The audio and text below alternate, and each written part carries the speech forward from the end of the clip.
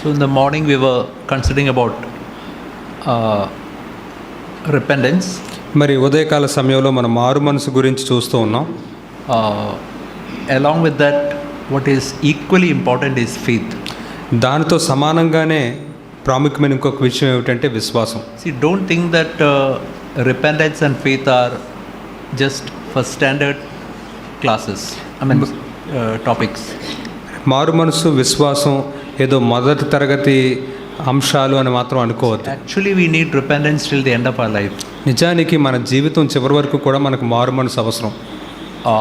Only as we repent will be renewed and progress in Christian life. మనం మారు మనసు చెందినప్పుడు మాత్రమే మనం రూపాంతరపరచబడగలుగుతాం, క్రైస్తవ జీవితంలో ఎదుగుదలను పొందుకోగలుగుతాం. See, this topic, let us press on to perfection.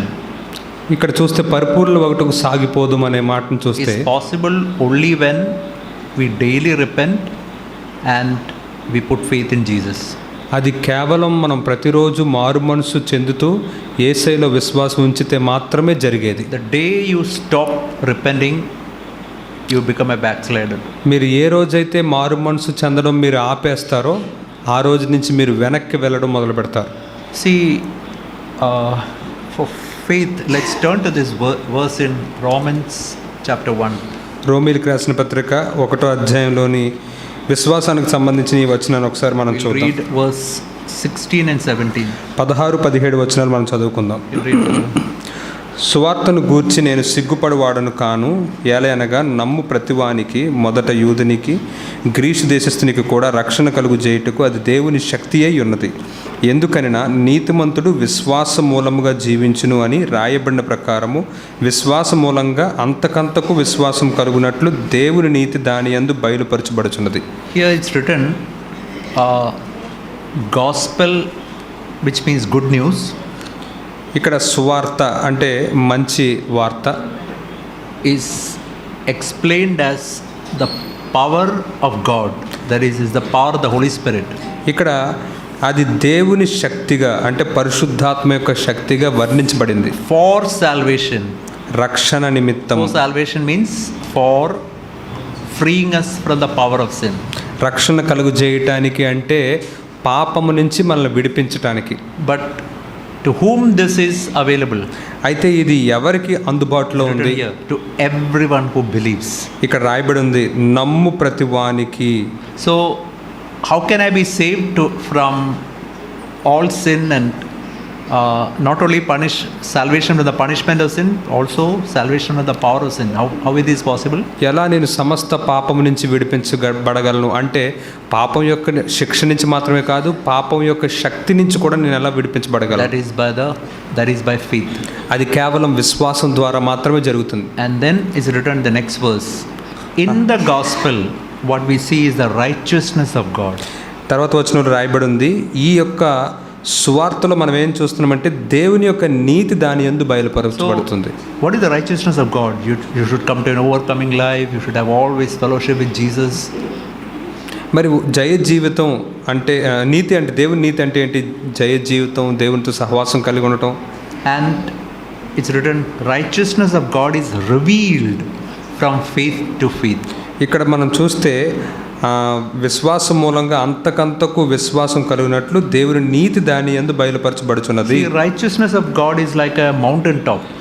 దేవుని యొక్క నీతి ఎలాంటిదంటే ఒక పర్వత శిఖరం యొక్క అంచులాగా ఉంటుంది. See, you should rejoice in all situation, be anxious for nothing. మీరు అన్ని పరిస్థితుల్లో ఆనందించగలగాలి, దేని గురించి చింతించకూడదు. All these are mountain tops. ఇవన్నీ కూడా ఆ పర్వతాల యొక్క అంచుల్లాగా ఉంటాయి. How I can attain to that? దాన్ని నేను ఎలా పొందుకోగలను? Faith to faith to faith to faith to faith to faith. That is Christian life. ఇది ఎలా నేను పొందుకోగలను? ఇక్కడ రాయబడి ఉంది విశ్వాసం, విశ్వాసం, మరలా విశ్వాసం, మరలా విశ్వాసం, అంతకంతకు విశ్వాసం. అది క్రైస్తవ జీవితం. See, I want to explain faith to you now. ఇప్పుడు నేను మీకు విశ్వాసాన్ని వివరించాలనుకుంటున్నాను. Say, if we say I believe everything from Genesis to Revelation, everything I believe, do you think that is faith? మనం కనుక ఆది కాండం నుండి ప్రకటన గ్రంథం వరకు నేను అంతా నమ్ముతున్నానండి అని చెప్తే దాన్ని విశ్వాసం అంటారా? Everything from Genesis to Revelation is absolutely true. I fully trust it. Is it faith? ఆదికాండం మొదలుకొని ప్రకటన గ్రంథం వరకు ఉన్న విషయాలన్నీ నేను నమ్ముతున్నాను అంటే That అది means విశ్వాసమా? I agree with that fully. నేను దాంతో పూర్తిగా సమ్మతిస్తున్నాను ఇక్కడ రాస్తున్నవన్నీ. Do you think it's faith? దాన్ని విశ్వాసం అంటారా? I am to tell you that faith devil also has. అటువంటి విశ్వాసం అపవాదికి కూడా ఉంది. Don't you think devil knows that Genesis to Revelation everything is true? మరి అపవాదికి తెలియదా ఆదికాండం నుండి ప్రకటన గ్రంథం వరకు అంతా ఇది సత్యమే అని? Devil knows. అపవాదికి తెలుసు. He knows that everything from Genesis to Revelation is true. ఆదికాండం నుండి నీ ప్రకటన గ్రంథం వరకు అంతా సత్యమైన అపవాదికి తెలుసు. That is not faith. కాబట్టి విశ్వాసం అంటే అది కాదు. Faith is a total commitment and trust of ourselves to a particular truth. ఒక పలానా God, we can say. ఒక పలానా సత్యం విషయంలో దేవునికి పూర్తిగా మనల్ని మనం అప్పగించుకోవడం, మనం ఆయన మీద నమ్మకాన్ని కలిగి ఉండటం. This is how a brother explained it. I'll give that brother's example. ఒక సహోదరుడు వివరించిన ఉదాహరణ నేను మీకు ఇక్కడ ఇస్తాను. This is the faith explained by Charles Finney in a book which really helped me. నాకెంతో సహాయపడిన చార్ల్స్ ఫిన్నీ అనే బ్రదర్ యొక్క పుస్తకంలోని మాటలు నేను చెప్తున్నాను. Say, think of a patient who is having a terrible disease. ఒక ఘోరమైన వ్యాధి కలిగి ఉన్న ఒక పేషెంట్ గురించి ఆలోచించండి. Now he knows a doctor who has healed thousands of people from that particular disease. ఆ పలానా రోగం నుంచి వేల మంది ప్రజల్ని బాగుపరిచిన ఒక వైద్యుడి గురించి తనకు తెలుసు అనుకోండి. So just the knowledge of such a doctor, do you think that will help that patient? అటువంటి వైద్యుడి గురించిన తెలివితేటలు లేకపోతే సమాచారం ఉన్నంత మాత్రాన ఆ రోగం నుంచి తనకు విడుదల వస్తుందా? That doctor can heal thousands of patients, he can heal me also. That knowledge will not help. మరి ఆ డాక్టర్ గారు దాన్ని బాగు చేయగలరు, నయం చేయగలరు, వేల మందికి నయం చేశారు అని మనకు తెలిసినంత మాత్రాన మన రోగం పోతుందా?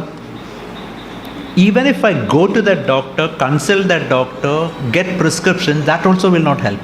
నేను ఆ వైద్యుడి దగ్గరికి వెళ్ళి అతన్ని సంప్రదించి అతని దగ్గర నుంచి నేను ప్రిస్క్రిప్షన్ మందులు అవన్నీ రాయించుకున్నా సరిపోదు. What should I do if I want to be healed? నేను బాగుపరచబడాలంటే నేనేం చేయాలి? I have to completely submit myself to that doctor. నేను పూర్తిగా నేను ఆ వైద్యునికి, ఆ డాక్టర్కి లోబర్చుకో. Whatever that doctor says, I completely submit to that. ఆ డాక్టర్ ఏం చెప్పినా సరే దానికి నేను పూర్తిగా లోబడాలి. See, the fact is that today most of the doctors are crooks. అయితే We cannot trust most of the doctors because most of them are money minded. అయితే వాస్తవం ఏంటంటే ఈ రోజుల్లో ఉన్న డాక్టర్స్ అందరూ కూడా వంకర బుద్ధి కలిగిన వాళ్ళు డబ్బులు మనసు ఎక్కువ ఉంది కాబట్టి వారు నమ్మలేకపోతున్నాం. Maybe 95% of doctors are money minded. 90% డాక్టర్లు అలాగే డబ్బు మనసే కలిగి ఉన్నారు. But if there is a doctor who is absolutely honest and totally trustworthy and he has cured so many patients of a particular disease. కానీ ఒకవేళ ఒక వైద్యుడు పూర్తిగా మనం నమ్మదగిన వాడు, తర్వాత యథార్థవంతుడు, అటువంటి రోగాన్ని అనేక మందికి తగ్గించిన వ్యక్తి కనుక ఉంటే, and if that patient can totally submit to him, he'll be completely healed. అలాంటప్పుడు ఆ యొక్క పేషెంట్ ఆయనకి కనుక పూర్తిగా లోబడితే ఖచ్చితంగా తనకు విడుదల వస్తుంది. So that is faith. That is the meaning of this patient is totally having faith in that doctor, means he totally submit himself to that doctor. కాబట్టి విశ్వాసం అంటే అదే. ఈ యొక్క రోగి లేకపోతే పేషెంట్ పూర్తిగా ఆ డాక్టర్కి తను తాను లోబర్చుకుంటున్నాడు, అది విశ్వాసం. See, in another way we can say it is a helpless dependence on God. ఇంకొక మాటలో మనం చెప్పుకోవాలంటే నిస్సహాయంగా దేవుని మీద ఆధారపడడం.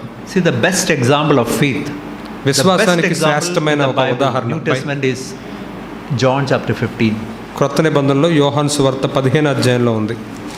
That is a best example of faith where it's written of a vine and the branches. ఇది విశ్వాసానికి సంబంధించిన శ్రేష్టమైన ఉదాహరణ.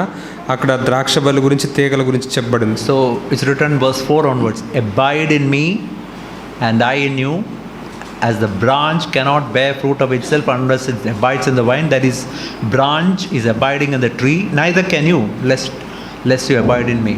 4వ వచనం మనం చూస్తే, నా యందు నిలిచి ఉండుడి, మీ యందు నేనును నిలిచి ఉందును. తీగె ద్రాక్షవల్లిలో నిలిచి ఉంటేనే కానీ తనంతట తానే ఎలాగూ ఫలింపదో, అలాగే నా యందు నిలిచి ఉంటేనే కానీ మీరును ఫలింపరు. So just think of a branch. We don't know, we have not seen, most of us have not seen vines, but we have seen mango trees, మనలో చాలామంది ద్రాక్ష తీగలను మనం చూడలేదు, కానీ మనం మామిడి చెట్ల యొక్క కొమ్మలను అవి In చూసాం. my home in Chennai, there's a mango tree, and that branch comes right into my balcony. మరి చెన్నైలో మా ఇంట్లో మామిడి చెట్టు ఉంది, దాని యొక్క కొమ్మ మా బాల్కనీ దాకా వచ్చింది.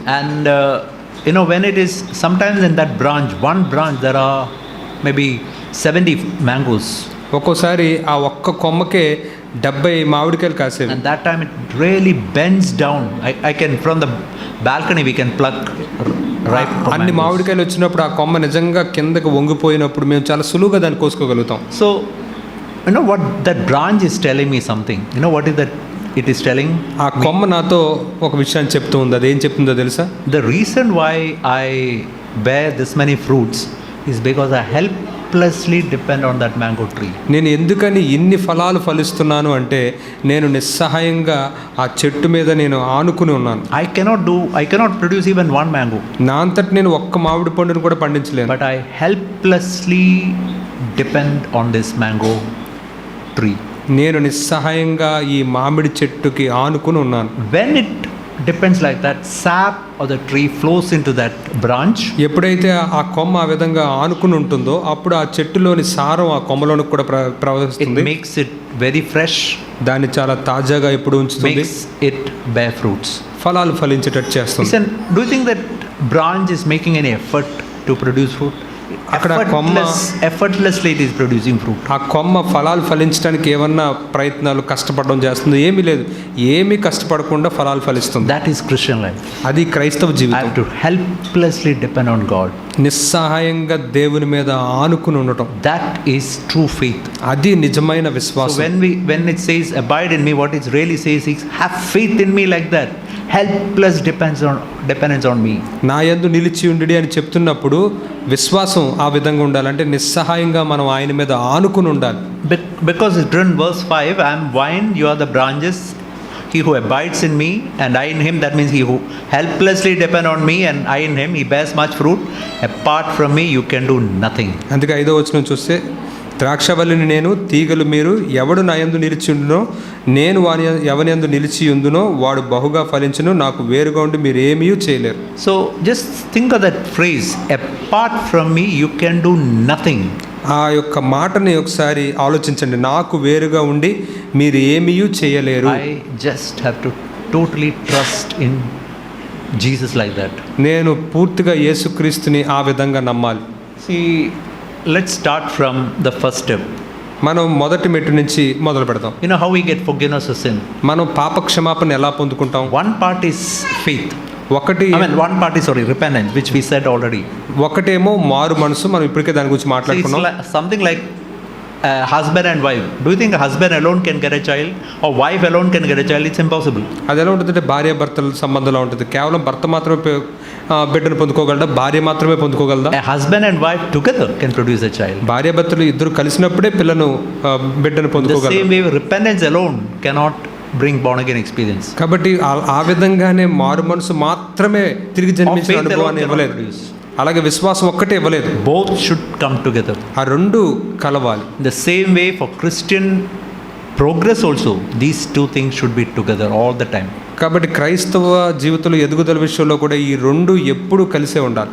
See, we said about that verse 1 John 1:9. మనం 1 యోహాను 1:9 గురించి మనం చెప్పుకున్నాం. If we confess our sin, మన పాపాలు మనం ఒప్పుకుంటే God is faithful to forgive our sin, cleanse us from all unrighteousness. దేవుడు మన పాపాలు క్షమించే విషయంలో ఆయన నీతిమంతుడు నమ్మదగినగా ఉంటాడు, సమస్త దుర్నీతి నుంచి మనల్ని కడిగివేస్తాడు. So when I truly honestly confess all my sin, మనం నిజాయితీగా అన్ని పాపాలని మనం ఒప్పుకున్నప్పుడు turn from that, దాని నుంచి వెనుతిరిగితే, that is my part. అది నేను చేసే పని. Do you think God will do his part? దేవుడు తను చేయాల్సిన పని చేస్తాడా లేదా? Yes or no? చేస్తాడా లేదా? Absolutely true. ఆయన ఖచ్చితంగా చేస్తాడు. He will cleanse me of all my sin. సమస్త పాపముల నుండి నన్ను కడిగి వేస్తాడు. In Hebrews 8:13, you have to remember these verses. మీరు ఈ వచనాల్ని జ్ఞాపకం ఉంచుకోవాలి. Maybe this verse we can turn, very important verse. ఇది చాలా ప్రాముఖ్యమైన వచనం, దీన్ని తీద్దాం ఒకసారి. There are many believers who live in condemnation. That's ఎందుకంటే చాలా మంది విశ్వాసులు నేరారోపణలో అపరాధ భావంలో జీవిస్తూ ఉన్నారు. Hebrews 8 verse 12. హెబ్రీయులకు రాసిన పత్రిక 8వ అధ్యాయం 12వ వచనం. I will be merciful to the iniquities, I will remember their sin no more. నేను వారి దోషముల విషయమై దయ కలిగి వారి పాపములను ఇకను ఎన్నడూను జ్ఞాపకం చేసుకొనను. See, do you really believe that? నిజంగా మీరు దాన్ని నమ్ముతున్నారా? Who said this? ఈ God మాట said ఎవరు this. చెప్పారు? దేవుడు చెప్పాడు. He said, I will. See, when we really confess, forsake sin, turn to God, what does he say? He will remember my sin no more. మన పాపాలు మనం ఒప్పుకున్నప్పుడు, దాని నుంచి వెనుతిరిగినప్పుడు ఆయన ఏం చేస్తానంటున్నాడు? ఆయన వాటిని ఇంకెప్పుడు జ్ఞాపకం చేసుకోను అంటున్నాడు. Do I have to remember imagine last Wednesday I did some sin. Do I have to remember and get condemned about it? నేను ఒకవేళ గత వారం బుధవారం నేను పాపం చేశాను అనుకోండి, దాన్ని మరలా జ్ఞాపకం చేసుకుని నన్ను నేను శిక్షించుకోవాలా? There is no need for that. దానికి అవసరం ఏమీ లేదు. If we get condemned, we are not believing in this verse. ఆ విధంగా కనుక మనం శిక్షించుకుంటూ ఉంటే మనం ఈ వచనాన్ని నమ్మనట్లే. God says, I will remember your sin no more. దేవుడు అంటున్నాడు, మీ పాపాలు నీకు ఎన్నడూ నేను జ్ఞాపకం చేసుకోను. So there is also a verse, and I'll show you that also. Hebrews 10. అలాగే ఇంకొక వచనం కూడా నేను మీకు చూపిస్తాను. హెబ్రీయులకు రాసిన పత్రిక 10వ అధ్యాయం. Old covenant and new covenant. పాత నిబంధనకి కొత్త నిబంధన మధ్య ఉన్న వ్యత్యాసం ఇదే. Verse 10 is written, you can read 10:10. Yeah, 10:1. 10వ అధ్యాయం మొదటి వచనం ఒకసారి చదువుకుందాం. ధర్మశాస్త్రము రాబోచున్న మేలుల ఛాయ గలదియే గాని ఆ వస్తువుల నిజస్వరూపము గలది కాదు గనుక ఆ యాజకులు ఏటేటా ఎడతెగకుండా అర్పించు ఒకటే విధమైన బలులు వాటిని తెచ్చువారికి ఎన్నడూను సంపూర్ణ సిద్ధి కలుగు చేయనేరవు. 2 and 3 also, brother. 2-3 వచనాలు కూడా చదువుకుందాం. అలాగూ చేయగలిగిన ఎడల సేవించు వారు ఒక్కసారే శుద్ధపరచబడిన తరువాత వారి మనస్సాక్షికి పాపజ్ఞప్తి ఇకను ఉండదు గనుక వాటిని అర్పించుట మానుదురు గదా. అయితే ఆ బలులు అర్పించుట చేత ఏటేటా పాపములు జ్ఞాపమునకు వచ్చుచున్నవి. See, it's written here about old covenant. ఇక్కడ పాత నిబంధన గురించి రాయబడింది. One of the marks of the old covenant is this, verse 3. There's a reminder of sin year by year. పాత నిబంధనకున్న ఒక గుర్తు ఏమిటంటే ఇక్కడ 3వ వచనంలో ఉంది, అది ఏటేటా సంవత్సరం తర్వాత సంవత్సరం అది పాపాలను జ్ఞాపకం చేస్తూ ఉంటుంది. That means some sin I've done last year, last month, last week, I'm remembering and condemning about it. అంటే దాని అర్థం గత సంవత్సరం, గత నెల, గత వారం నేను ఏదో పాపం చేసినప్పుడు అది మరలా జ్ఞాపకం వస్తూనే ఉంటుంది. That is the mark of people in the old covenant. అది పాత నిబంధనలోని వ్యక్తులకు ఉండే గుర్తది. But what is the mark of the people in the new covenant? కానీ కొత్త నిబంధనలో ఉన్న వ్యక్తుల గుర్తు ఏంటి? Phrase written in verse 2. They have no longer consciousness of sin. 2వ వచనంలో ఈ మాట ఉంది, వారి మనస్సాక్షికి పాపజ్ఞప్తి ఇకనూ ఉండదు. No, it's written, there is no more consciousness of sin. That means I need not any time remember now. Sins which I have forsaken, cleansed by the blood of Jesus, there's no need for me to remember them again. మరి క్రీస్తు రక్తంలో కడగబడిన పాపాలు, విడిచిపెట్టబడిన పాపాలు మరలా నేను జ్ఞాపకం చేసుకోవాల్సిన అవసరమే లేదు ఇక్కడ. There is what is written is, we can be perfect. The phrase is there in verse 1.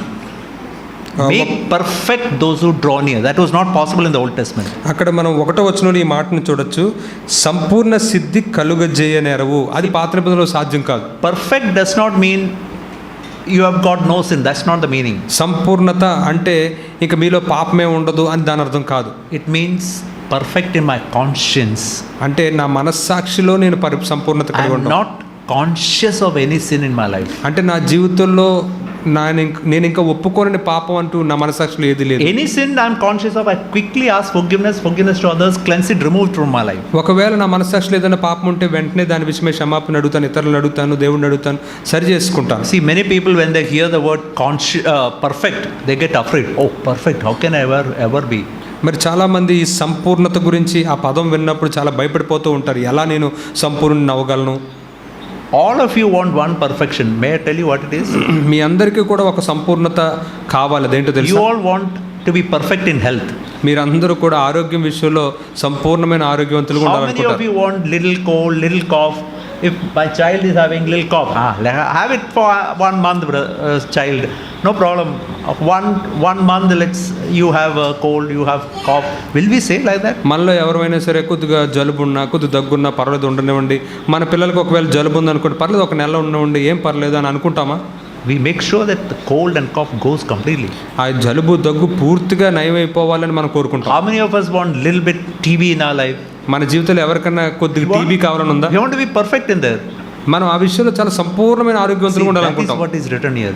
అదే ఇక్కడ రాయబడింది. It's not written of where I don't sin at all. No. But at present, I don't have any consciousness of sin. అయితే ఇక్కడ నేను ఇంకెప్పటికీ నాలో పాపం ఉండదు అనే సంపూర్ణత గురించి చెప్పబట్టలేదు, కానీ నేను ఒప్పుకొనని పాపం అంటూ ఏమీ లేకుండా నేను సంపూర్ణంగా ఉన్నాను అని చెప్తుంది. If any sin comes, I quickly remove it from my life. నా జీవితంలోకి ఏదైనా పాపం వస్తే వెంటనే దాన్ని తీసివేస్తాను. See, something like will you allow dust, a small dust to come here? ఒకసారి కన్ను గురించి ఆలోచించండి. ఒక చిన్న నలుసు లాంటి దుమ్ము మీ కంట్లోకి రావడానికి మీరు ఒప్పుకుంటారా? Dust comes to your eye. మీ కంట్లోనికి ఆ నలుసు దుమ్ము ఏదైనా వస్తే Yes, all the time is coming to my eye. అది అస్తమానం వస్తూనే ఉంటుంది. But all the time we are closing and opening the eyes. What is happening is our eyes are getting cleansed all the time. మనం ప్రతిసారి కన్ను మూసి కనురెప్పలు మూసి తెరుస్తూ ఉంటే ఏం జరుగుతుందంటే అది ఎప్పటికప్పుడు శుద్ధి చేసుకుంటూ ఉంటుంది. So we can say, I want no dust in my eye. కాబట్టి మనం చెప్పొచ్చు, నా కంట్లో ఎప్పుడు దుమ్ము ఉండకూడదు. Like that, I want no sin in my heart. ఆ విధంగా నా యొక్క హృదయంలో పాపం అంటూ ఉండకూడదు. That is what Paul says in 1 Corinthians 4:4. దాని విషయమే పౌలు 1 కొరింథీ 4:4 చెప్తూ ఉన్నాడు. I am conscious of nothing against myself. నా యందు నాకు ఏ దోషమును కానరాదు. That means at present my conscience is perfect. అంటే దాని అర్థం ప్రస్తుతం నా మనస్సాక్షి సంపూర్ణంగా ఉంది. If half an hour imagine one evil thought come, imagine I sin, I quickly repent, turn it, cleanse by the blood of Jesus, make sure again my conscience is అంటే ఒక అరగంట ముందు గనక నా తలంపులోనికి ఒక పాపం వస్తే దాన్ని వెంటనే ఒప్పుకుని దాని నుంచి కడిగి వేసుకుని మళ్ళీ ప్రభు వైపు తిరిగిపోతాను. How many of us allow dust to remain in our eye for one day? Nobody will allow. మళ్ళీ ఎంతమంది మన కంట్లో ఆ ధూళి అలా ఉండిపోయేటట్లుగా ఒక రోజు ఉండనిస్తారు? ఎవరు అలా అనుమతించం. I remember I was in Kerala repairing one bulb socket in one room. నేను కేరళలో ఒక బల్బు సాకెట్ని నేను రిపేర్ చేస్తున్నది నాకు గుర్తుంది. It was right on top. When I removed one bulb and tried to put another one, so much of dust fell into my eye. ఒక bulb తీసి ఇంకో బల్బు పెడదాం అనే లోపు చాలా ధూళి వచ్చి నా కంట్లో పడిపోయింది. I remember almost 10-12 minutes I had to wash my eye for the last dust also to go out. మరి 12 నిమిషాలు సుమారుగా నేను ఆ కన్నును కడుగుతూ ఉండాల్సి వచ్చింది. చివరి ధూళి కూడా పోయేంత వరకు కడుగుతూ ఉండాల్సి వచ్చింది. Then I was totally uncomfortable. అప్పటి వరకు కూడా నాకు చాలా అసౌకర్యంగా ఉంది. And I remember the Lord telling me that day, I want you to keep your conscience like that always. అప్పుడు ప్రభు నాతో చెప్పడం జ్ఞాపకం ఉంది, నీ మనస్సాక్షి కూడా నువ్వు అలాగే ఉంచుకోవాలి. See, that is the meaning of faith. విశ్వాసం అంటే అదే. See, please remember, we can keep faith only in a good conscience. దయచేసి జ్ఞాపకం ఉంచుకోండి, మంచి మనస్సాక్షి ఉన్నప్పుడు మాత్రమే మనం విశ్వాసం ఉంచుకోగలం. Bible also tells about justification. Bible నీతిమంతులుగా తీర్చబడడం గురించి కూడా చెప్తుంది. Not only forgives our sin but justifies me. ఆయన నా పాపాలు క్షమించడం మాత్రమే కాదు, ఆయన నన్ను నీతిమంతునిగా తీరుస్తున్నాడు. He clothes me with righteousness of Jesus. అంటే దాని అర్థం క్రీస్తు యొక్క నీతితో ఆయన నన్ను కప్పుతూ ఉన్నాడు, నాకు ధరింపు చేస్తూ ఉన్నాడు. Please remember that if we want to go to the presence of God, దయచేసి జ్ఞాపకం ఉంచుకోండి, మనం దేవుని యొక్క సన్నిధిలోనికి వెళ్ళాలంటే we cannot go to the presence of God with even forgiveness of sin. మనం దేవుని యొక్క సన్నిధిలోనికి ఆఖరికి మన పాపాలు క్షమించబడినా సరే మనం వెళ్ళలేం. We have to be perfect if you want to go to the presence of God. మనం దేవుని యొక్క సన్నిధిలోనికి వెళ్ళాలంటే మనం పరిపూర్ణులమై ఉండాలి.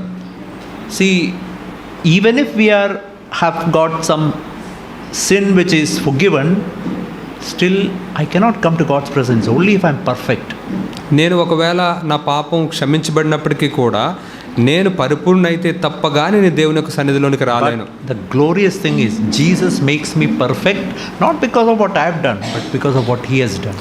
అయితే యేసుక్రీస్తు ఏం చేశాడంటే, ఆ మహిమ ఏంటంటే, నేనేదో మంచివాడినో లేకపోతే పరిపూర్ణని కాదు, కానీ ఆయన తన పరిపూర్ణతను నాకు ఇచ్చాడు. I want to tell all these children one thing. నేను పిల్లలందరికీ ఒకటి చెప్పాలనుకుంటున్నాను. Where will bad people go? Will they go to hell or heaven?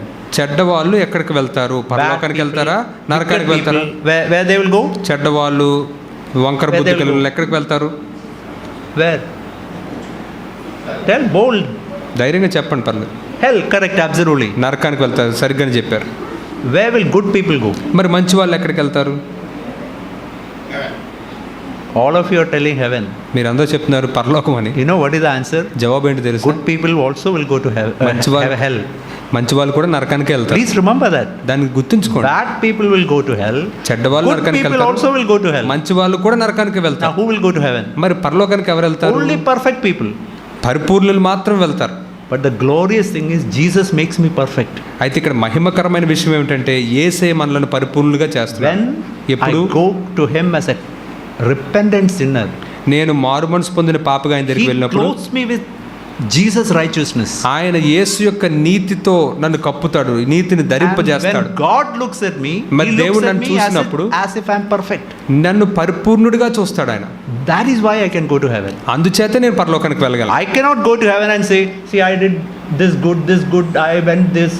With goodness I cannot go to heaven. Please remember that. మరి నేను ఈ మంచి పని చేశాను, ఆ మంచి పని చేశాను, అది చేశాను, ఇది చేశాను అంటే ఆ మంచితో మనం పరలోకానికి వెళ్ళలేం. Jesus said a parable in Matthew 22. I think all of you know that. మత్తయి సువార్త 22వ అధ్యాయంలో యేసు ఒక ఉపమానం చెప్పి మీ అందరికీ తెలిసే ఉంటుంది అనుకుంటున్నాను. See, it is Matthew chapter 22, no? So it's written here, 22. I'm not telling all that. Let's come to. So king is inviting so many people to a marriage wedding feast. 22వ Of his son. అధ్యాయంలో పెండ్లి విందుకి రాజు అందరినీ పిలుస్తూ ఉన్నాడు. So we can read the verse 8. There were many invited. Those people were not ready. They were giving some excuses, so they are not ready to come. మరి 8వ వచనం చూస్తే ఆయన చాలా మందిని పిలిచినప్పుడు పెండ్లి విందు సిద్ధంగా ఉన్నది కానీ పిలువబడిన వారు పాత్రులు So car. this is referring to Jews. In that day, Jesus first initially came for Jews, but they were not ready to accept Jesus. ఇది యూదుల్ని సూచిస్తూ ఉంది, ఎందుకంటే యేసయ్య మొదటగా యూదుల దగ్గరికి వచ్చాడు కానీ వారు యేసయ్యని అంగీకరించలేదు. Then in verse 9, the king said, now go to the highway, as many as you find there, call everybody to the dinner. అయితే 9వ వచనం చూస్తే అప్పుడు రాజు ఏమన్నాడంటే గనుక రాజమార్గంలోకి పోయి మీకు కనబడిన వారిని అందరినీ All పెళ్లి evil, విందుకు good, పిలువుడి అని everybody, చెప్పాడు. good people, all evil people, everybody. చెడ్డ వాళ్ళని మంచి వాళ్ళని అందరినీ పిలిచేయండి. There were some beggars, rag pickers, bad, terrible clothes. All of them were called in. మరి అక్కడ భిక్ష మెత్తుకునే వాళ్ళు, అడుక్కునే వాళ్ళు, వస్త్రాలు చిరిగిపోయిన వాళ్ళు, మురికి బట్టలు ఉన్న వాళ్ళు అందరూ ఉన్నారు, వాళ్ళందరూ పిలిచారు. And verse 11 says, all of them when they came, they were given a wedding dress. అయితే 11వ వచనం చూస్తే వారందరూ లోపలికి వచ్చినప్పుడు వాళ్ళందరికీ ఒక పెండ్లి వస్త్రం That is the ధరింపజేశారు. righteousness of Jesus. అది యేసు యొక్క నీతి. I can go to God's presence only. I cannot go with my goodness, my righteousness. I did all this. I helped people. I cannot go like that. I can go only with God's righteousness. నేను ఆ మంచి పని చేశాను, ఈ మంచి పని చేశాను అని చెప్పి నా మంచితనంతో, నా నీతితో నేను ఆయన సన్నిధిలోనికి వెళ్ళలేను. ఆయన నీతిని నాకు ధరింపజేసినప్పుడు మాత్రం నేను వెళ్ళగలను. Everybody was given this wedding dress. ప్రతి ఒక్కరికి ఈ పెండ్లి వస్త్రం ఇవ్వబడింది. But there came one man. కానీ అక్కడ ఒక వ్యక్తి ఉన్నాడు. He said, see, I am wearing a very nice cloth. I don't want this wedding cloth. నాకు ఈ పెండ్లి వస్త్రాలు అక్కర్లేదు, నేను చాలా మంచి బట్టలు వేసుకున్నాను. Maybe he was wearing a nice white cloth. He said, no, I'll go with this cloth. I have no problem with this. బహుశా అతను ఒక మంచి తెల్లని బట్టలు వేసుకుని ఉంటాడు, నేను వెళ్ళిపోతాను దీంతో, నాకేం ప్రాబ్లం లేదు అనుకుని And then ఉంటాడు. the king came. అప్పుడు రాజు వచ్చాడు. Everybody was wearing the wedding cloth, but this man is wearing a different cloth. మరి అందరూ పెండ్లి వస్త్రం వేసుకున్నారు కానీ ఈ వ్యక్తి మాత్రం చాలా వేరైన వస్త్రాలు He was వేసుకున్నాడు. caught and అతను పట్టుకోబడ్డాడు. how did he enter without this wedding cloth? పెండ్లి వస్త్రం లేకుండా ఎక్కడికి ఎలా వచ్చావు And he లోపలికి? was speechless. He was put in hell. ఆ తర్వాత అతను వాడు మౌని అయి ఉన్నాడు. ఆ తర్వాత అతను What నరకంలో do you mean he పెట్టబడ్డాడు. was put in hell? ఎందుకని తన నరకంలో వేయబడ్డాడు? Because he went to God's presence with his righteousness. ఎందుకంటే He said, I'm good. That's why I can go. దేవుని యొక్క సన్నిధిలోనికి తన సొంత నీతితో వెళ్ళిపోయాడు. నేను మంచివాడిని, నేను వెళ్ళిపోతాను అనుకున్నాడు. Please remember, with your goodness you cannot go to God's presence. కాబట్టి God మీ will సొంత throw you out. మంచితనంతో మీరు దేవుని దగ్గరికి వెళ్ళలేరు. దేవుడు చాలా పరిశుద్ధుడు. You can go with God's righteousness only. కేవలం దేవుని యొక్క నీతిని ధరించుకున్నప్పుడు మాత్రం మనం వెళ్ళగలం. Please remember this statement always. కాబట్టి ఈ మాటని ఎల్లప్పుడూ జ్ఞాపకం Bad ఉంచుకోండి. people, where they will go? చెడ్డవాళ్ళు ఎక్కడికి వెళ్తారు? Now you can tell boldly. ఇప్పుడు మీరు ధైర్యంగా చెప్పాలి. ఎక్కడికి వెళ్తారు చెడ్డవాళ్ళు? Hell. Good people, where they నరకానికి will వెళ్తారు. go? మంచి వాళ్ళు ఎక్కడికి వెళ్తారు? Please remember, good నరకానికి people వెళ్తారు. also will go to hell. Only perfect people will go to heaven. కాబట్టి మంచివారు చెడ్డవారు నరకానికి వెళ్తారు. కేవలం పరిపూర్ణులు మాత్రమే I పరలోకానికి become వెళ్తారు. perfect not because of my works, నా క్రియలను బట్టి నేను పరిపూర్ణుని కాలేను, because of what he has done. ఆయన చేసిన దాన్ని బట్టి నేను పరిపూర్ణ Let's see కాగలను. this verse in Romans 8. I'm not telling some idea of me. ఏదో నాకు I'll show you from God's word. నాకేదో వచ్చిన ఆలోచన నేను మీతో చెప్పట్లేదు. దేవుని వాక్యంలో నుంచి నేను మీకు చూపిస్తాను. See, if you read Romans, Romans is a systematic presentation of God's word. చూడండి, రోమిల్కి రాసిన పత్రిక ఈ యొక్క సువార్తని చాలా క్రమంగా Romans చూపించిన 1 says of a person who is out and out like terrorist, those who are out and out sinners. రోమిల్కి రాసిన పత్రిక మొదటి అధ్యాయం పూర్తిగా లోకానుసారుడు ఒక ఉగ్రవాది ఎలా ఉంటాడో అటువంటి వారిని చూపించింది. Like Osama bin Laden, Hitler, out and out bank robbers, people like that. మరి Hitler, Osama bin Laden, bank దోపిడీ చేసే దొంగలు, వీళ్ళందరూ ఎలాంటి వాళ్ళు, వాళ్ళ గురించి రోమిల్కి రాసిన పత్రిక Chapter 2 tells of people, many like us, who was born and brought up in a good family, nice people, outwardly very nice. మరి రెండో అధ్యాయం ఏమో మనలాంటి వాళ్ళ గురించి చెప్తుంది, చాలా మంచి కుటుంబాల్లో పెరిగిన వాళ్ళు, బయటికి చాలా చక్కగా కనిపించే వాళ్ళ గురించి చెప్తుంది. Now chapter 3, Paul is telling what advantage. Do you think this person who is born in a good family has got any advantage? మరి ఆ తర్వాత మూడో అధ్యాయంలో పౌలు ఏం చెప్తున్నాడంటే ఈ మంచి కుటుంబంలో పుట్టిన వాళ్ళకి ఏమన్నా ఆధిక్యం ఏమన్నా ఉందా అని చెప్తున్నాడు. He's telling, are we better than they? 9వ వచనంలో అంటున్నాడు, వారికంటే మనం శ్రేష్ఠులమా? Please remember, దయచేసి you are not better than Hitler or Osama bin Laden. I am not better than anybody. మనం హిట్లర్ కంటే, ఒసామా బిన్ లాడెన్ కంటే శ్రేష్ఠులము కాదు. If I think I'm better than somebody, I'm only fit to go to hell. నేను గనక ఎవరికన్నా నేను శ్రేష్ఠుల్ని అని అనుకుంటే నేను కేవలం నరకానికి మాత్రమే అర్హుడిని. Remember, we all are capable of what Hitler could do, Osama bin Laden could do, because our flesh is so terrible, corrupt. కాబట్టి దయచేసి జ్ఞాపకం ఉంచుకోండి, ఒసామా బిన్ లాడెన్, హిట్లర్ వాళ్ళు ఏం చేయగలిగారు, మనం అది చేయగలం. అదే మాంసం మనము కలిగి ఉన్నాం. Chapter 3 verse 10 to 18 is description of every man in the world. రోమిల్కి రాసిన పత్రిక 3వ అధ్యాయం 10 నుంచి 18 వచనాలు కూడా ఈ లోకంలో ఉన్న ప్రతి మనిషికి సంబంధించిన వివరణ. You can put your name and read like this. అక్కడ మీ పేరు పెట్టుకొని మీరు ఈ విధంగా చదువుకోవచ్చు. I read like this, that's what I am reading. నేను ఈ విధంగా చదువుతాను. అందుకే Sam is not righteous, not at all.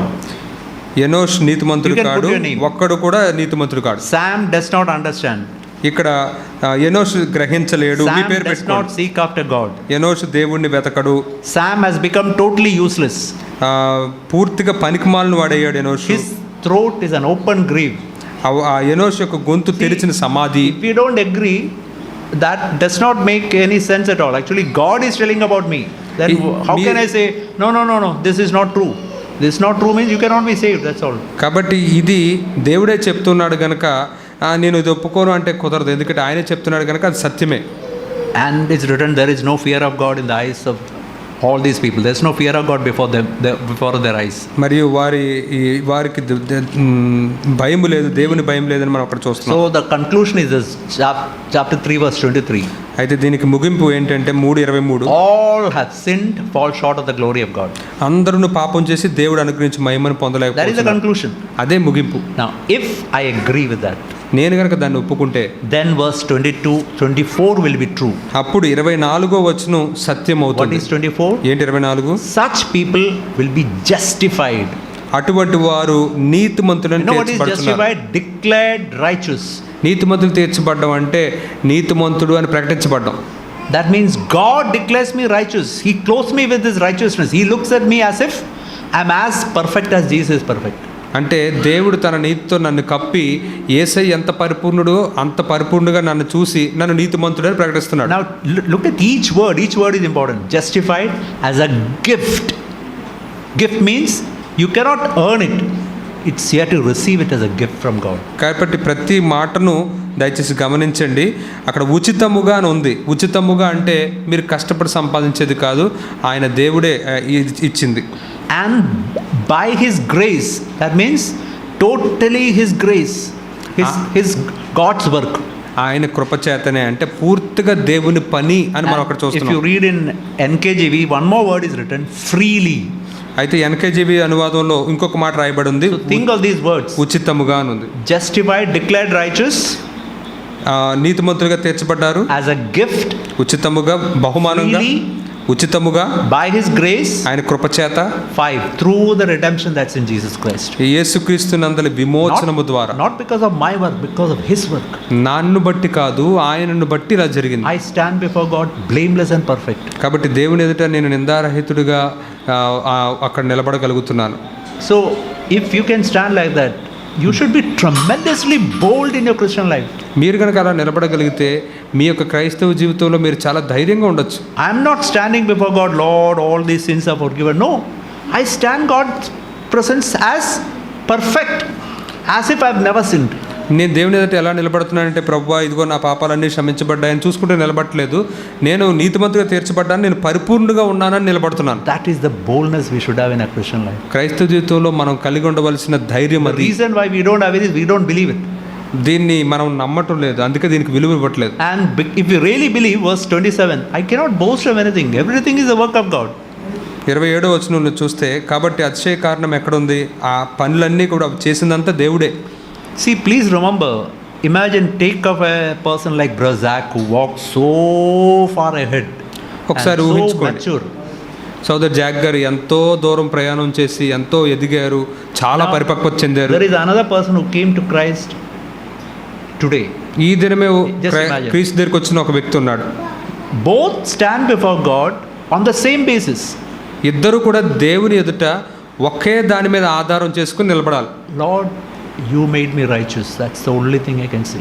ప్రభువా నీవే నన్ను నీతిమంతునిగా చేసావు అని చెప్పగలరంతే. You clothed me with righteousness. నీ నీతితో నువ్వే నన్ను See, కప్పావు. if we have got I'll show you a very simple demonstration. If you have got a glass and a white cloth, you have got anything like that? A glass and a white cloth, can you bring? A small demonstration. ఒక I don't have a white. Transparent glass లేదా Transparent also will go. Transparent is there? Know anything is okay for you. Transparent is better. And a white cloth. It's all. White cloth. Totally white is there. If Totally. I didn't remember. Otherwise, I would have taken something. Yeah this is Okay, okay, will do. Okay, that will do. No water, no water. Maybe you can. This is what one brother in Chennai showed. So it's a very simple demonstration. చెన్నైలో ఒక సహోదరుడు ఇది చూపించాడు, చక్కని వివరణ ఇది. Say, what happens is, you can all see this glass. మీరందరూ ఈ గ్లాస్ చూడొచ్చు. This is our condition. ఇది మన స్థితి. We cannot stand like this before God. మనం దేవుని ఎదుట ఈ విధంగా Even నిలబడలేము. if I do wonderful good things, I cannot stand before God. నేను చాలా మంచి పనులు చేసినా సరే నేను దేవుని ఎదుట I have to నిలబడలేను. be perfect. We already said, I have to be. Good people will go to hell. Bad people will go to hell. Only perfect people will go to heaven. కాబట్టి మనం ముందు చెప్పుకున్నట్లుగా మంచి వాళ్ళు నరకానికి వెళ్తారు, చెడ్డ వాళ్ళు నరకానికి వెళ్తారు, పరిపూర్ణులు మాత్రమే దేవుని ఎదుట You know what వెళ్ళగలరు. God does? He clothes me with His righteousness. మరి దేవుడు ఏం చేశాడు తెలుసా? ఆయన నీతితో నన్ను కప్పాడు. Can you see the glass now? ఇప్పుడు మీరు ఆ గ్లాస్ని చూడగలరా?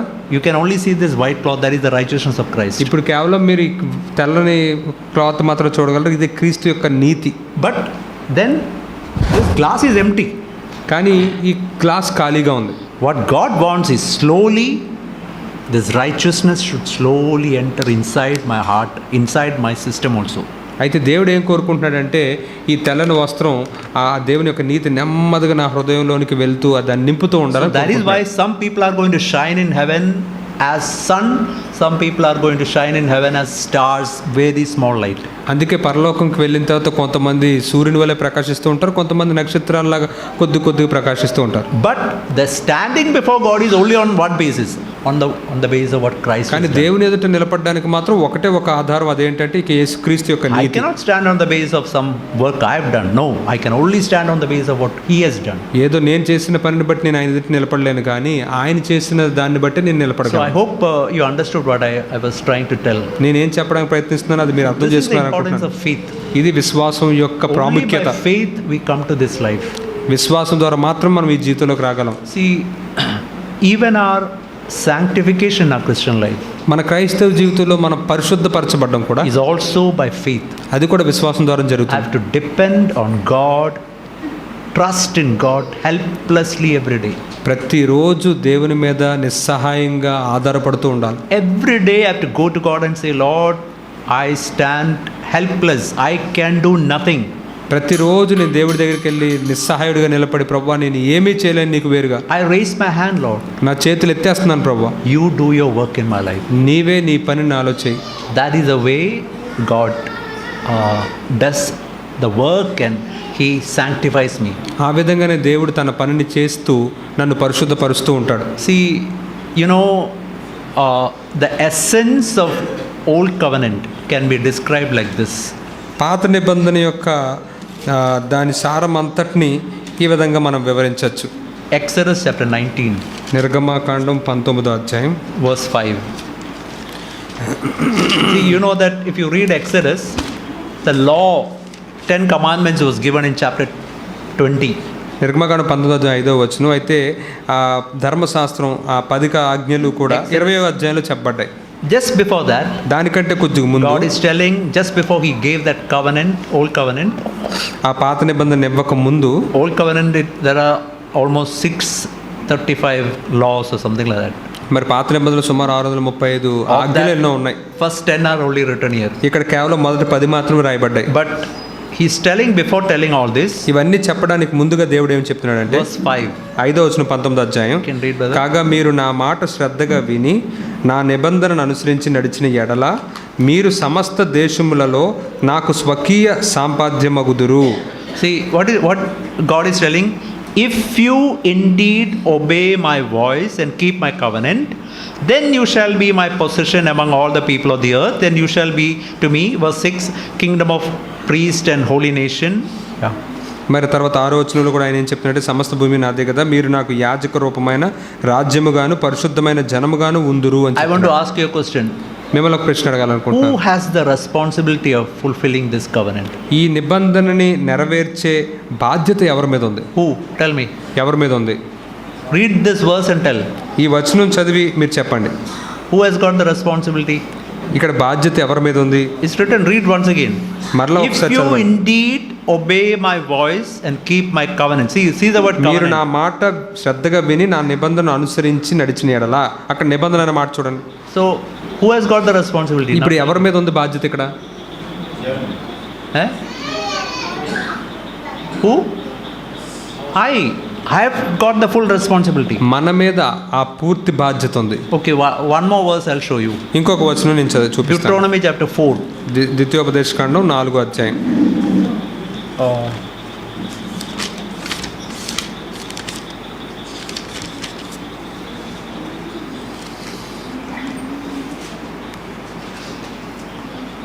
Verse 1. 1వ వచనం. You can read, brother. కాబట్టి ఇశ్రాయేలీయులారా, మీరు బ్రతికి మీ పితరుల దేవుడైన యెహోవా మీకు ఇచ్చిన దేశంలోనికి పోయి స్వాధీనపరచుకున్నట్లు మీరు అనుసరింపవలసిన విధులను కట్టడలను నేను మీకు బోధించుచున్నాను, వినుడి. I don't know whether that word is there. I am trying to show you this particular word. It's written, O Israel, listen to the statutes and judgment which I am teaching you to perform. To perform means you have to do all this. Performance, it's a performance based covenant. That's what I am trying to tell. In which verse? Chapter 4 verse 1, it is there, and there are many verses. See in chapter 4 14. Can you read 13 and 14? 13-14 వచనాలు కూడా ఒకసారి చూద్దాం. మరియు మీరు చేయవలనని ఆయన విధించిన నిబంధనను అనగా 10 ఆజ్ఞలను మీకు తెలియజేసి he declared to you his covenant which he commanded you to perform.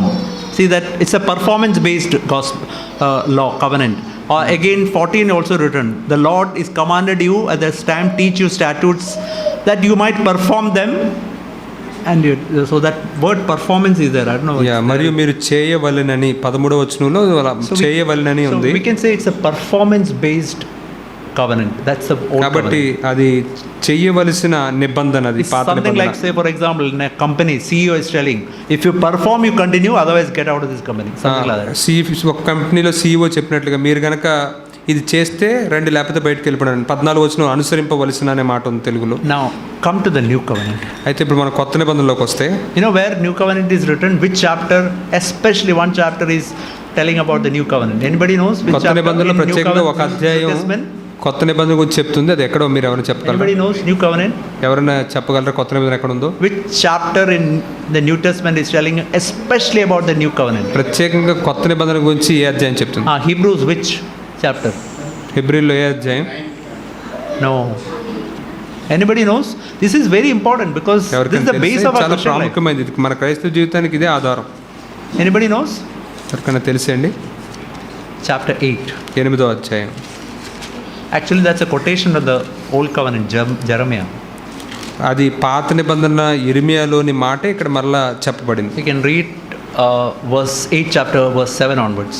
8వ అధ్యాయం 7వ వచనం నుంచి చదువుకుందాం. ఏలయనగా ఆ మొదటి నిబంధన లోపము లేనిదైతే See, రెండో దానికి అవకాశం ఉండనే. It's written here, if the old covenant was faultless, there would not have been occasion for second. That means new covenant, there was no need for that. మొదటి నిబంధనలో లోపం లేకపోతే రెండవదంటే కొత్త నిబంధనకు అవకాశమే లేదు. Just think of this. God gave a old covenant which is faulty. ఒకసారి దీని గురించి ఆలోచించండి. దేవుడు లోపము కలిగి ఉన్న పాత నిబంధన దేవుడు ప్రజలకు ఇచ్చాడు. Will God give anything faulty to people? నిజంగా దేవుడు ప్రజలకి లోపం ఉన్నదాన్ని ఇస్తాడా? But God gave a faulty old covenant to them. కానీ దేవుడు వారికి లోపం ఉన్న నిబంధనని ఇచ్చాడు. You know why God gave? ఎందుకు ఇచ్చాడు తెలుసా? Because man has to try and at last find it's impossible to keep. ఎందుకంటే మానవుడు ప్రయత్నించి చివరికి నా వల్ల కాదు అని అనాలి. Actually today also there are many Christians trying to live the Christian life. All their effort they are trying to live the Christian life and total failure. ఈ రోజు కూడా క్రైస్తవులు చాలా మంది ఆ క్రైస్తవ జీవితాన్ని జీవించడానికి ఎంతో ప్రయత్నిస్తూ స్వయ ప్రయత్నాలు చేస్తూ విసుగెత్తిపోతున్నారు. You remember what we read in Exodus and Deuteronomy? మనం నిర్గమకాండం ద్వితీయోపదేశకాండం చదివిన గుర్తుందా? The total onus or responsibility is on human beings. పూర్తి బాధ్యత ఎవరి మీద ఉంది? అది దాని విషయం మన మీదే ఉంది. Now look at the new covenant. అయితే కొత్త నిబంధన చూడండి. See, new covenant it's if you read from verse 10, chapter 8 verse 10 onwards. 8వ అధ్యాయం 10వ వచనం నుంచి మనం చదివితే just notice very carefully, you can see a tremendous difference. He said, for this the covenant which I'll make with the house of Israel in those days, says the Lord. You can read that much, brother. Just read that much. This is the covenant that is the new covenant which I'll make with the house of Israel after those days, says the Lord. ఇశ్రాయేలు ఇంటి వారితో నేను చేయబో నిబంధన ఏదనగా. Okay, now listen carefully.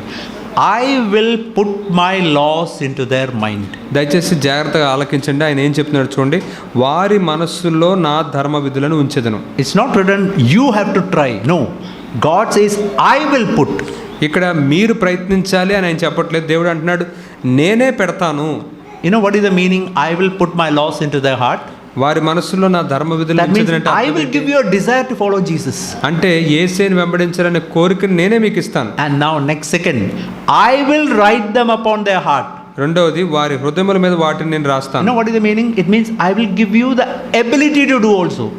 ఇది దీని అర్థం ఏంటో తెలుసా? వాటిని చేయడానికి కావాల్సిన సామర్థ్యాన్ని కూడా నేను మీకు ఇస్తాను. Please remember, I will give you the desire.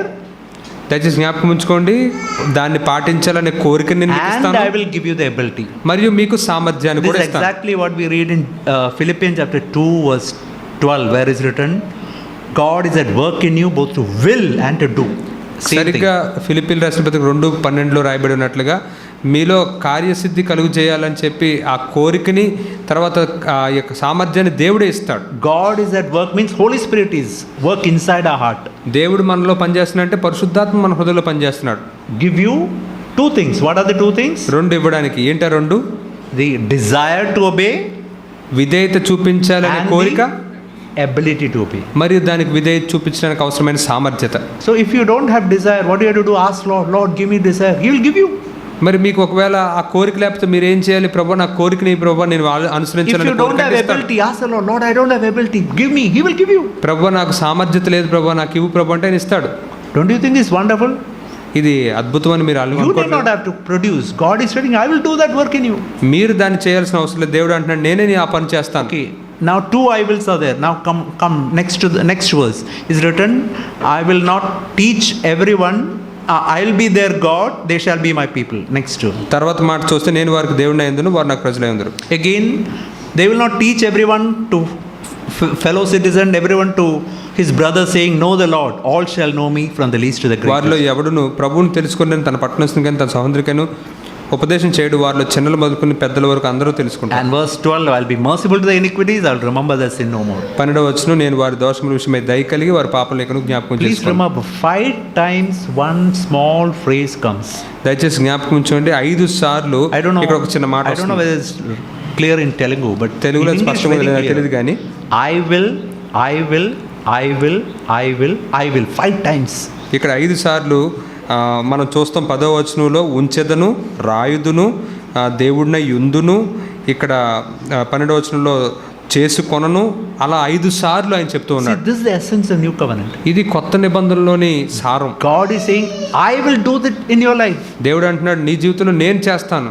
All that you have to do is you submit to me totally. నువ్వు చేయాల్సిందల్లా పూర్తిగా నిన్ను నాకు లోపర్చుకో అంతే. You remember what about faith? I gave you one example of a patient who totally submits to the doctor.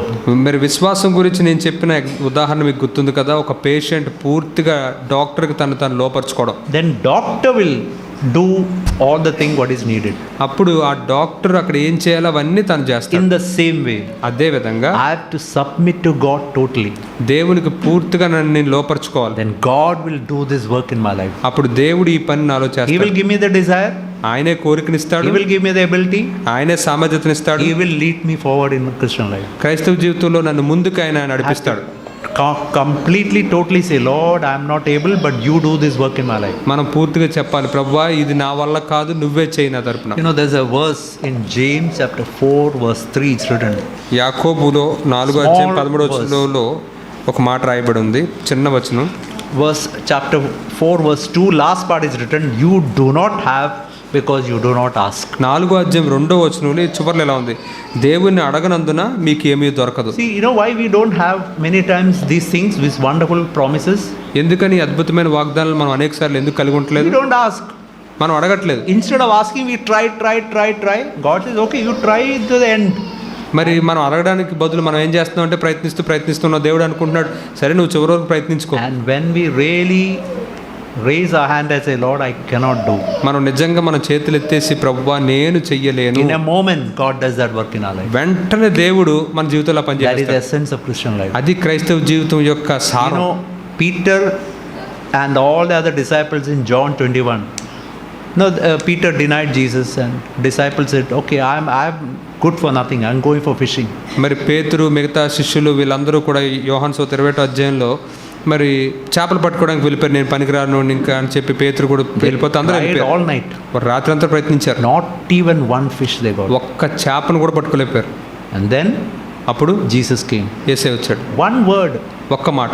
Just imagine 6 o'clock in the evening to almost maybe 5 o'clock in the early morning. సాయంత్రం 6 గంటల నుంచి తెల్లవారుజాము 5 వరకు 11 గంటలు ప్రయత్నించారు. ఒక్క చేప పడలేదు. Not even one fish. ఒక్క చేప పడలేదు. But in a moment, కానీ that ఒక్క boat was క్షణంలో full of fish. ఆ పడవంతా చేపలతో నిండిపోయింది. In one word Jesus said, the end of it. ఒక్క మాట యేసే చెప్పగానే అంతే పని అయిపోయింది. That is what essence of Christian life. I had to raise my hand and say, Lord, I cannot do. అది క్రైస్తవ జీవితం యొక్క సారం. మనం చేతులు ఎత్తేసి ప్రభువా ఇది నేను చెయ్యలేను అని In a చెప్పాలి. moment he will do that work. క్షణంలో ఆయన పని చేస్తాడు. Provided I raise my hand and say, Lord, I cannot do it. మనం చేతులెత్తి ప్రభువా నేను చేయలేనని చెప్తేనే జరుగుతుంది. There are Christians who try to overcome pornography, try.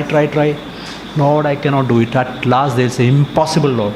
చాలా మంది క్రైస్తవులు ఆ భూత చిత్రాలు చూసే దాన్ని జయించడానికి ప్రయత్నించి చివరికి ప్రభువా నా వల్ల కాదు అంటారు. When they really raise their hand, Lord, do this in my life, God does in a moment. God ఎప్పుడైతే వారు చేతులు ఎత్తేసి ప్రభువా నా జీవితంలో ఇది చెయ్యని అంటారో అప్పుడు దేవుడు అది చేస్తాడు. See, I remember the story of one person he went in a river for taking bath. నాకు ఒక వ్యక్తి గురించిన విషయం గుర్తుంది. తను ఒక నదిలో స్నానం చేయడానికి వెళ్ళాడు. And he lost his ground. He was drowning. అతను తను పట్టు వదిలేసి మునిగిపోతూ ఉన్నాడు. He was trying. ప్రయత్నిస్తున్నాడు. There was an expert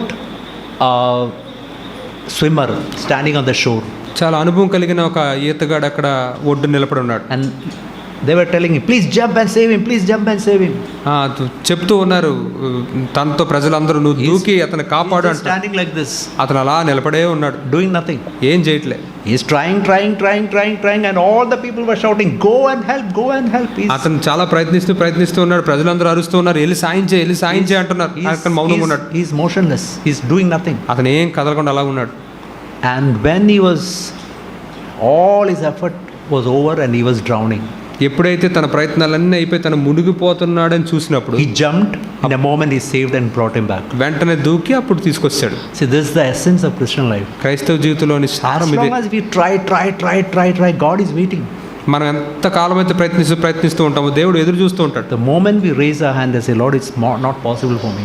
ఎప్పుడైతే మన చేతులు ఎత్తేసి ప్రభువా ఇది నా వల్ల I కాదంటామో, cannot overcome anger.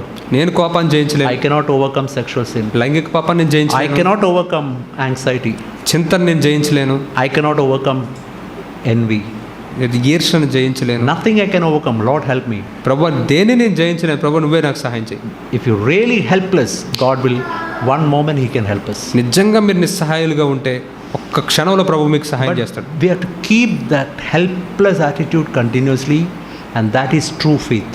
మరి ఆ నిస్సహాయ వైఖరిని మనం ఎల్లప్పుడూ కొనసాగిస్తూ ఉండాలి, అదే నిజమైన See, విశ్వాసం. please remember, you know what the essence of Christian life is, to be all the time connected to God.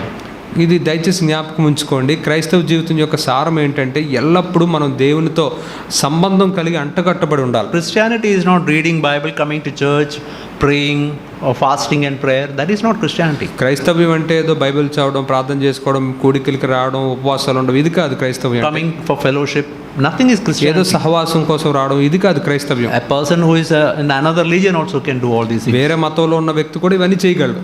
The essence of Christianity is to be connected to God. ఈ క్రైస్తవ్యంలో ఉన్న ముఖ్యమైన సారం ఏంటంటే క్రీస్తుతో సంబంధం కలిగి Just ఉండాలి. like a branch is connected to a tree. ఎలాగైతే కొమ్మ చెట్టుతో అంటగట్టబడి ఉంటుందో. See, this mic, you know why it is working? మరి ఈ మైకుని చూడు, ఇది ఎందుకు పనిచేస్తుంది It is తెలుసా? connected to the electricity main switch there. ఇది ఆ మెయిన్ స్విచ్ ఎలక్ట్రిసిటీ దానికి కనెక్ట్ అయి ఉంది. You know what this mic is all the time telling? ఈ మైకు ఎప్పుడు మనతో ఏం I చెప్తుంది can తెలుసా? do nothing. నేనేం చేయలేను. I am totally submitting to that electric connection there. అక్కడ ఉన్న ఎలక్ట్రిక్ కనెక్షన్ కి పూర్తిగా నన్ను నేను లోపరుచుకుంటున్నాను. Even if 1 millimeter anywhere wire is gone, this will not work. ఎక్కడైనా ఈ వైర్లో 1 మిల్లీమీటర్ కట్ అయినా సరే ఇంకా పనిచేయదు. Which means even a small sin, connection with God is gone. అంటే దాని అర్థం చిన్న పాపమైనా సరే దేవునితో సంబంధం పోతుంది. So please remember, that's why we have to always keep a good conscience all the time. అందుకే జ్ఞాపకం ఉంచుకోండి, ఎల్లప్పుడూ మన మనస్సాక్షిని మంచిగా ఉంచుకోవాలి, నిర్మలమైనదిగా Read ఉంచుకోవాలి. this verse in 1 Timothy chapter 3 verse 9. మొదటి తిమోతి 3:9 ఒకసారి చదవండి. Holding the mystery of faith with a clear conscience. విశ్వాస మర్మమును పవిత్రమైన మనస్సాక్షితో గైకొని వారై ఉండవలెను. So we can read like this. If దాన్ని you want విధంగా to be చదవచ్చు. connected to God all the time, what should you do? Faith actually means getting connected to God. మనం ఎల్లప్పుడూ దేవునితో సంబంధం కలిగి ఉండాలి అంటే విశ్వాసం అంటే అది అర్థం. I told you, helplessly depend on God. That is faith. నిస్సహాయంగా దేవుడి మీద ఆధారపడ్డ, That is to be connected to God. అది దేవునితో సంబంధం కలిగి If you ఉండాలి. want to be connected, మీరు ఆ విధంగా సంబంధం కలిగి ఉండాలంటే what is the necessity? అక్కడ అవసరమైంది ఏంటి? Clear conscience. పవిత్రమైన మనస్సాక్షి. Only in a clear conscience you can keep faith. పవిత్రమైన మనస్సాక్షితో మాత్రమే మీరు విశ్వాసాన్ని కలిగి The ఉండగలరు. moment clear conscience goes, faith goes. పవిత్రమైన మనస్సాక్షి పోగానే విశ్వాసం I పోతుంది. told you, 1 millimeter cut anywhere in this wire, this won't work. చెప్పాను కదా, ఈ వైర్లో 1 మిల్లీమీటర్ ఎక్కడ కట్ అయినా అది పనిచేయదు. It won't work. పనిచేయదు. You can say I'm connected, but this won't work because a small sin might have entered and you are entertaining it. ఇదంతా connect అయ్యి ఉంది కదా అని అనుకోవచ్చు, కానీ మధ్యలో కట్ ఉంటే కనుక అంటే పాపాన్ని మీరు ఉండనిస్తే సంబంధం పోతుంది. That's why we have to be all the time connected to God. అందుకే ఎల్లప్పుడూ మన దేవునితో సంబంధం కలిగి ఉండాలి. Maybe I'll show you this verse and close. ఈ చివరిగా ఈ వచనం చూపించి నేను ముగిస్తాను. John chapter 21. యోహాను సువార్త 21వ అధ్యాయం. John 20. యోహాను సువార్త 20వ అధ్యాయం 31. No, 30. 30వ వచనం. No, sorry. 30 and 31 you read. 30-31 చదువుకుందాం. మరియు అనేకమైన ఇతర సూచక్రియలను యేసు తన శిష్యులు ఎదురు చేసెను. అవి ఈ గ్రంథమందు రాయబడి ఉండలేదు, కానీ యేసు దేవుని కుమారుడై క్రీస్తు అని మీరు నమ్మునట్లును నమ్మి ఆయన నామందు జీవం పొందినట్లును ఇవి రాయబడిను.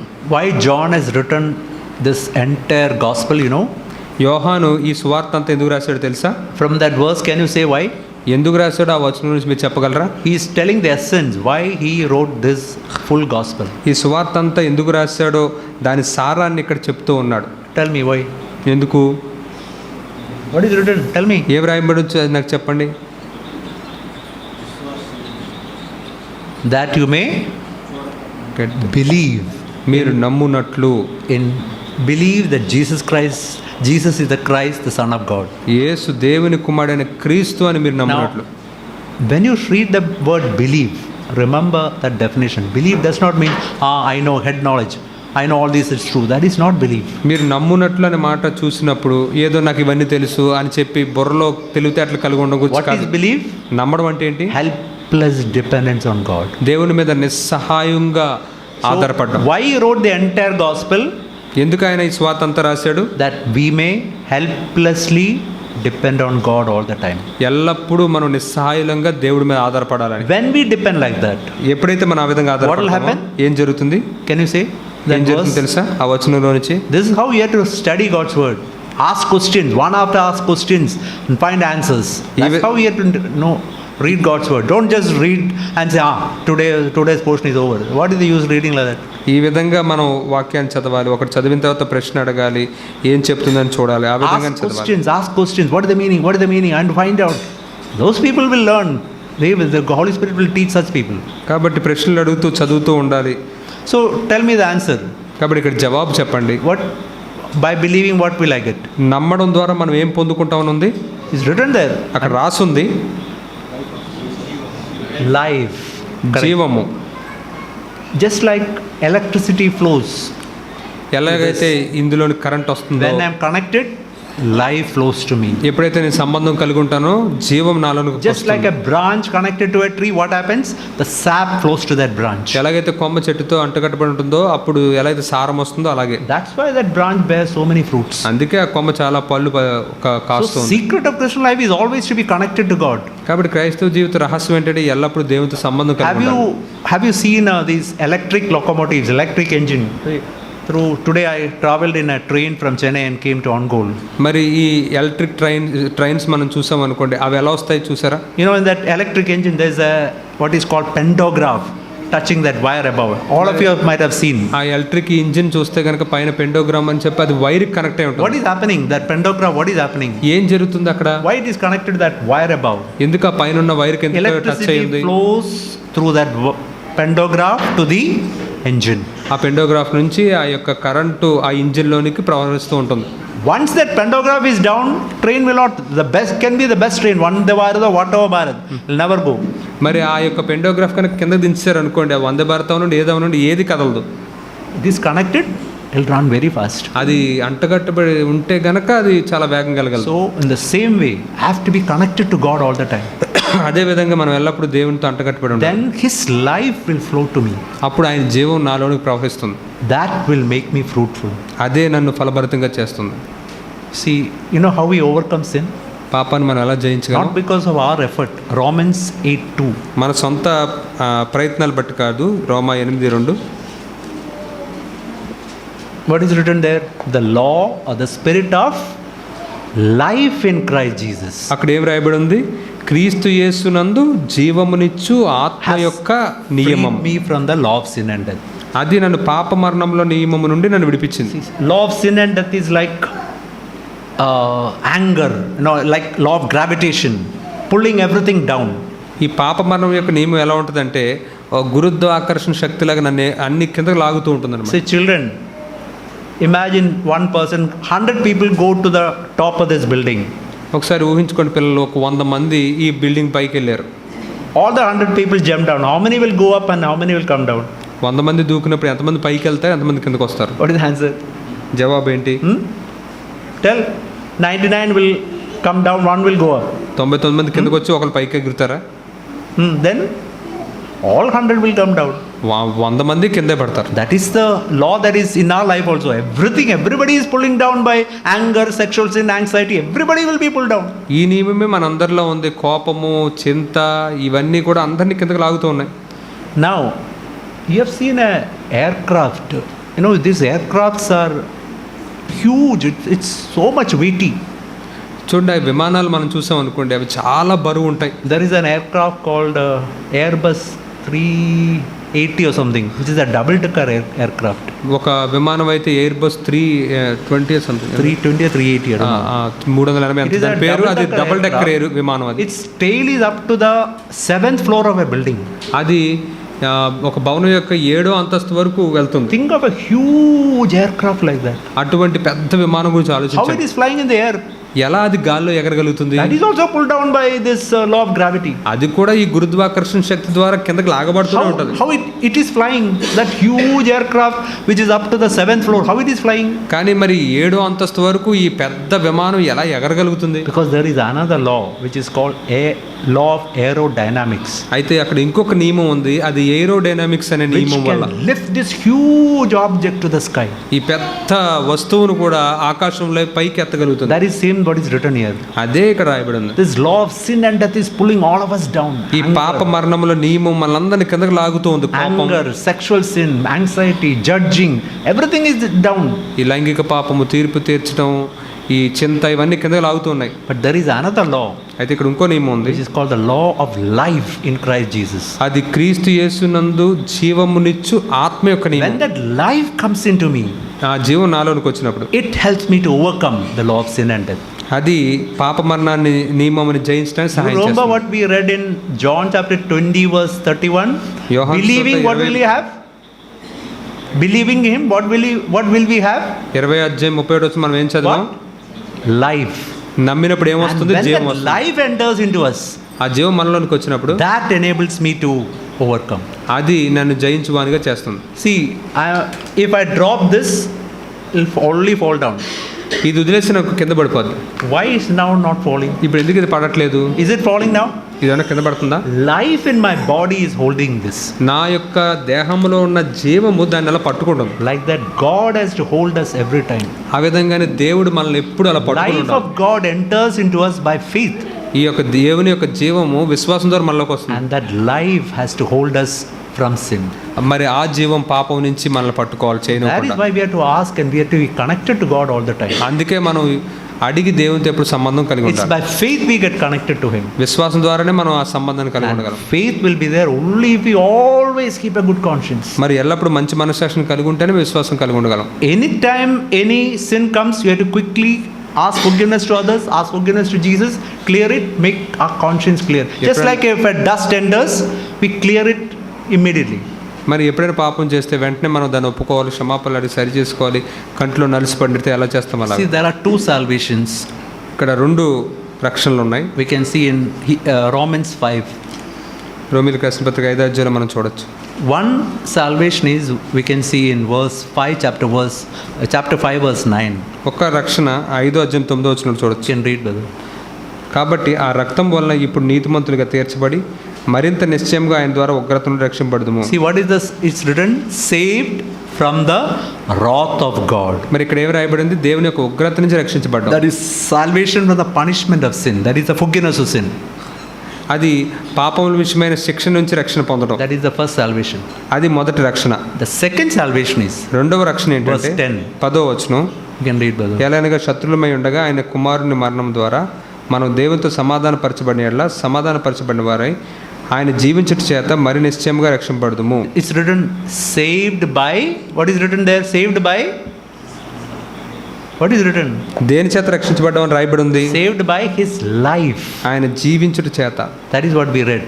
His అదే మనం life enters into me and saves me from sin. ఆయన జీవం నాలోనికి వచ్చినప్పుడు నన్ను పాపం నుంచి రక్షిస్తుంది. So that is the only way we can overcome sin. His life has to flow to me all the time. ఆ విధంగానే మనం పాపాన్ని జయించగలం. ఆయన జీవం మనలోనికి ఎప్పుడు ప్రవహిస్తూ ఉండాలి. How can life flows? ఎలా జీవం ప్రవహించగలదు? By faith. విశ్వాసం ద్వారా. That's why helpless dependence on God is there, should be there all the time. కాబట్టి ఎల్లప్పుడు దేవుడి మీద ఆధారపడుతూ ఉండాలి. So let's really have this faith in our Christian life. కాబట్టి మన క్రైస్తవ జీవితంలో ఇటువంటి విశ్వాసం మనం ఎల్లప్పుడూ కలిగి ఉండాలి. Remember, if you have got a bad conscience, that means if you entertain any sin in your life, what happens? మరి చెడ్డ మనసాక్షి మనం కలిగి ఉన్నాము, ఒకవేళ పాపాన్ని మనం మన జీవితంలో ఉండనిస్తే ఏమవుతుంది? Bad conscience, we won't have faith. చెడ్డ మనసాక్షిని మనం కలిగి ఉన్నామంటే విశ్వాసం కలిగిలేమని If you అర్థం. don't have faith, what happens? విశ్వాసం లేకపోతే ఏమవుతుంది? His life cannot flow to us. ఈ యొక్క జీవం మనలో ప్రవహించలేదు. Then we cannot overcome also. అప్పుడు మనం జయించలేం కూడా. So that's why we have to be all the time have a good conscience and get connected to God. అందుకే మనం ఎల్లప్పుడు మంచి మనసాక్షిని కలిగి ఉండి దేవుడితో అంటుకట్టబడి ఉండాలి. Just like a branch is connected to a tree. ఎలాగైతే ఒక కొమ్మ చెట్టుకి అంటుకట్టబడుతుందో May అలాగే God help us. ప్రభు మనకు సహాయం చేయండి. Pray. Thank you, Father, for all that you spoke to us, Lord Father. మాతో మాట్లాడిన అన్ని మాటలు బట్టి నీకు వందనాలు. Help us to have this true faith. ఈ నిజమైన విశ్వాసం మేము కలిగి ఉండడానికి సాయం చేయండి. Helplessly depend on you. నీ మీద నిస్సహాయంగా ఆధారపడ్డాను. We are not able to do even one thing, Lord Father. ప్రభు మేము ఒకటి కూడా చేయలేకపోతున్నాం. You only have to do everything in our life. ప్రభు మా జీవితంలో సమస్తం నీవే But చేయాలి. we want to cooperate with you. నీతో మేము But the Holy సహకరించాలనుకుంటున్నాం. Spirit tells us we want to obey fast. పరిశుద్ధాత్మ చెప్పేదానికి వెంటనే To లోపడాలనుకుంటున్నాం. ask forgiveness, to reconcile with others, ప్రభు క్షమాపణ అడడానికి ఇతరులతో సమాధాన cry పడడానికి out to you, నీకు మొరపెట్టుకోవడానికి and to lean on you all the time. నీ మీదే ఎల్లప్పుడూ ఆనుకోవడానికి In the name of Jesus, amen. యేసు నామములో ప్రార్థిస్తున్నాం. ఆమేన్.